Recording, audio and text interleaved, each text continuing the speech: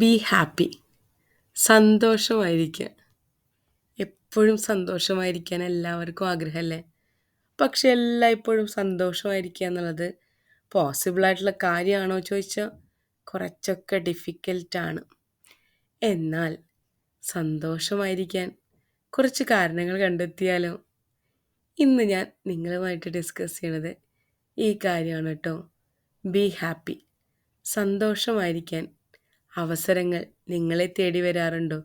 അല്ലെങ്കിൽ സന്തോഷമായിരിക്കേണ്ട അവസരങ്ങളെ നിങ്ങൾ തേടി പോകാറുണ്ടോ? നമ്മുടെ മനസ്സ് എപ്പോഴൊക്കെയാണ് സന്തോഷമായിരിക്കുക? നമുക്ക് കുറച്ച് പേര് അല്ലെങ്കിൽ നമുക്കൊരാൾ കുറച്ച് ചോക്ലേറ്റ് കൊണ്ടു തരുമ്പോൾ കുറച്ച് സന്തോഷം ഉണ്ടാവും. ചിലപ്പോഴൊക്കെ ആ സന്തോഷം ശരിയാണ്, ചോക്ലേറ്റ് കിട്ടുമ്പോൾ സന്തോഷം ഉണ്ടാവും അല്ലേ? കുട്ടിയായിരിക്കുമ്പോൾ എല്ലാവർക്കും ചോക്ലേറ്റ് ഇഷ്ടമാണ്. കുറച്ച് വലുതായാലോ? കുറച്ച് വലുതായ തോന്നും നമ്മൾ ആരെങ്കിലുമൊക്കെ ഒന്ന് സ്നേഹിച്ചിരുന്നെങ്കിൽ അല്ലേ? കൗമാരപ്രായക്കാർക്കൊക്കെ തോന്നാവുന്നൊരു കാര്യമാണ്. കുറച്ചാരെങ്കിലും സ്നേഹിച്ചിരുന്നെങ്കിൽ ഒരുപാട് ഞാൻ സന്തോഷിച്ചേനെ എന്നുള്ളത്. പിന്നെ ചിലപ്പോഴൊക്കെ തോന്നും എന്നെ ആരും സ്നേഹിക്കാനില്ല എന്ന് തോന്നും. അതൊക്കെ ഒബിയസ്ലി ആ ഒരു പ്രായത്തിൻ്റേതായ കുറേ കാര്യങ്ങൾ അങ്ങനെ വന്നു പോകും. പക്ഷെ ഒരാളുടെ സ്നേഹം കൊണ്ടോ, അപ്പോൾ നമ്മളുടെ ജീവിതം മാറുന്നതിനനുസരിച്ച്, നമ്മുടെ പ്രായം കടന്നു പോകുന്നതിനനുസരിച്ച് നമ്മുടെ സന്തോഷത്തിനുള്ള റീസൺസും മാറിക്കൊണ്ടേയിരിക്കില്ലേ? നമ്മൾ പലപ്പോഴും കാണാതെ പോകുന്ന കുട്ടി കുട്ടി സന്തോഷങ്ങളുണ്ട്. നമുക്ക് മുന്നിൽ ഉദിച്ചുയരുന്ന സൂര്യൻ. സൂര്യനെ കാണുമ്പോൾ സന്തോഷം തോന്നിയിട്ടുണ്ടോ? ഇല്ലെങ്കിൽ നമ്മൾ സന്തോഷിക്കണം കേട്ടോ. ഇപ്പോൾ ഞാൻ നിങ്ങളോട് വർത്തമാനം പറയുമ്പോൾ ഒരുമാതിരി എല്ലായിടത്തും രാത്രി തന്നെയായിരിക്കും അല്ലേ? ഇനി പകൽ കേൾക്കുന്നവരുണ്ടെങ്കിൽ സൂര്യൻ ഉദിച്ചുയരുന്ന സൂര്യനെ നിങ്ങൾ കാണാൻ വെച്ചാൽ മനസ്സ് നിറഞ്ഞ് സന്തോഷിക്കുന്നേ. എത്ര നല്ല പ്രഭാതമാണ് എൻ്റെ മുൻപിൽ. എന്നെ തലോടിപ്പോകുന്ന കാറ്റ് എത്ര നല്ലതാണ്. അതൊക്കെ ആലോചിച്ച് ഒന്ന് സന്തോഷിക്കുക. കുട്ടി കുട്ടി കാര്യങ്ങളിൽ സന്തോഷവാനായിരിക്കുക. അപ്പോൾ നമ്മളെ തേടി വലിയ സന്തോഷങ്ങളും വരും, അതുറപ്പാണ്. കാരണം നമ്മുടെ മൈൻഡ് എപ്പോഴും സന്തോഷത്തിലിരുന്നാൽ നമ്മളെ തേടി വരുന്നതും സന്തോഷമുള്ള വാർത്തകളായിരിക്കും. നമ്മളതുപോലെ സ്നേഹിക്കുന്ന കാര്യം പറഞ്ഞല്ലോ. നമ്മൾ ഒരാളെ ആത്മാർത്ഥമായി സ്നേഹിച്ചിട്ടും തിരിച്ച് അതേ സ്നേഹം നമുക്ക് കിട്ടുന്നില്ല. അപ്പോൾ നമ്മൾ അത് ആലോചിച്ചിരുന്ന് ഇങ്ങനെ വിഷമിക്കേണ്ട. Turn your view point two the next side. കാഴ്ചപ്പാട് മാറ്റാം. നിങ്ങൾക്ക് ആ ഒരു ബന്ധത്തിൽ സൗഹൃദം കിട്ടുന്നില്ല, സ്നേഹം കിട്ടുന്നില്ല എങ്കിൽ നമ്മൾ ആലോചിക്കുക, നമ്മളെവിടെയാണ് പാച്ചപ്പ് ചെയ്യേണ്ടത്? അവിടെ സന്തോഷമുണ്ടോ? സന്തോഷമില്ലെങ്കിൽ എന്താണ് ഞാൻ ചെയ്യേണ്ടത് എന്നുള്ളത്. റിപ്പയർ ചെയ്യാൻ പറ്റുന്ന കുട്ടി കുട്ടി കാര്യങ്ങളാണെങ്കിൽ റിപ്പയർ ചെയ്ത് പോകണം അല്ലേ? So be happy in every relationship, every time. സംഭവിക്കാൻ പറ്റുന്ന കാര്യമാണ് കേട്ടോ. നമ്മൾ ചില കാര്യങ്ങളിൽ ഒന്ന് അഡ്ജസ്റ്റ് ചെയ്താൽ ചിലതൊക്കെ നമ്മൾക്കും സന്തോഷം നൽകുന്നതായിരിക്കും. ചിലപ്പോൾ നമ്മൾ ഓവർ സാക്രിഫൈസ് ചെയ്യും. ആ സാക്രിഫൈസ് ചെയ്യുന്നത് മറ്റൊരാൾ സന്തോഷിക്കട്ടെ എന്ന് വെച്ചിട്ടായിരിക്കും.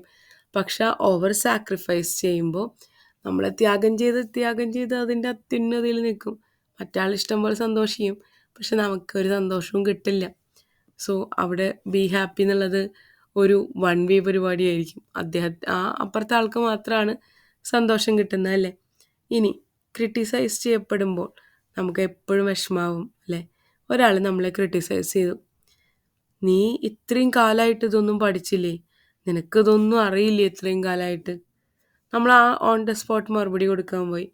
നമ്മൾ നല്ല സന്തോഷത്തിൻ്റെ സ്റ്റേറ്റിലിരിക്കുന്ന സമയത്ത് ഈ ക്രിട്ടിസൈസ് ചെയ്യുന്ന സെൻറ്റൻസ് കേട്ട് കഴിഞ്ഞാൽ നമ്മുടെ മനസ്സിൽ സന്തോഷമൊന്നും തോന്നില്ല. അപ്പോൾ സാഡാവും. ഇയാളിങ്ങനെ പറഞ്ഞല്ലോ.